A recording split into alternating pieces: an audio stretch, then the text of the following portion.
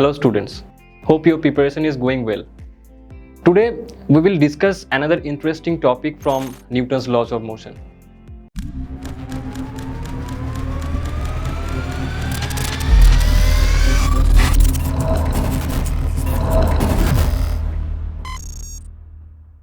In last video we have discussed the first law and the concept of inertia. Today we will discuss the second law and the concept of force. So according to the second law of motion, rate of change in momentum of any body is directly proportional to the force acting on the body. That means if momentum of any body is changed, then force must be acted on it. Say, change in momentum of a body is delta p and time interval is delta t.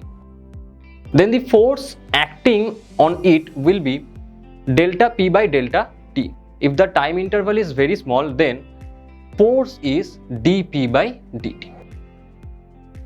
We know p equal to mv.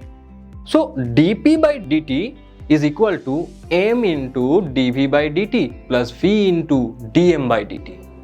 When mass is constant, then the formula will become F equal to m dv by dt, that is equal to m into a, as dv by dt equal to acceleration.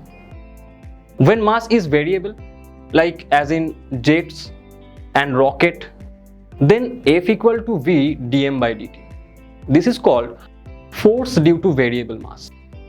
For example, say you are applying a force on a body of mass m, and its velocity changes from v1 to v2 in time t. Here mass of the body is constant, so the force on the body will be F equal to ma. And when a rocket is moving up and its mass is changing with time as dm by dt, here the mass is changing with time, means the mass is variable with time. So the force on the rocket will be F equal to v dm by dt. Now we are coming to the concept of momentum and impulse. Number 1, momentum. Momentum is the velocity associated with a body. So its formula is p equal to m into v. As velocity is a vector quantity, so the momentum is also a vector quantity. From the definition of force, we know that F equal to dp by dt, means slope, that is tan theta, of momentum versus time graph at any point corresponds to the force applied on that point. We can also write the equation as integration of f into dt is equal to delta p, means area under ft curve gives the value of change in momentum of that body. Suppose a ball of mass m is thrown on a wall, making an angle theta with the horizontal, and it is rebounding back at the same angle with horizontal. Then the initial momentum of the ball will be pi vector equal to mv cos theta I cap minus mv sin theta j cap, and the final momentum will be pf vector equal to mv cos theta I cap minus mv sin theta j cap.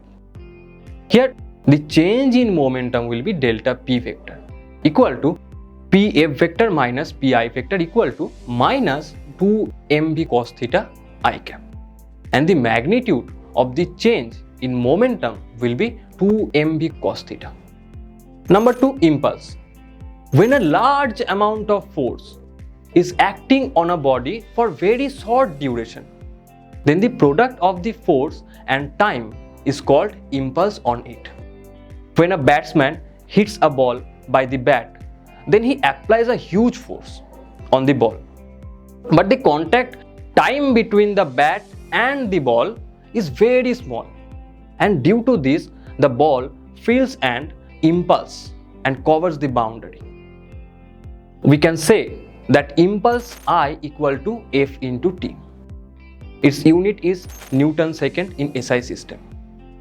So that's all for today. Hope you have learned a lot. Thank you.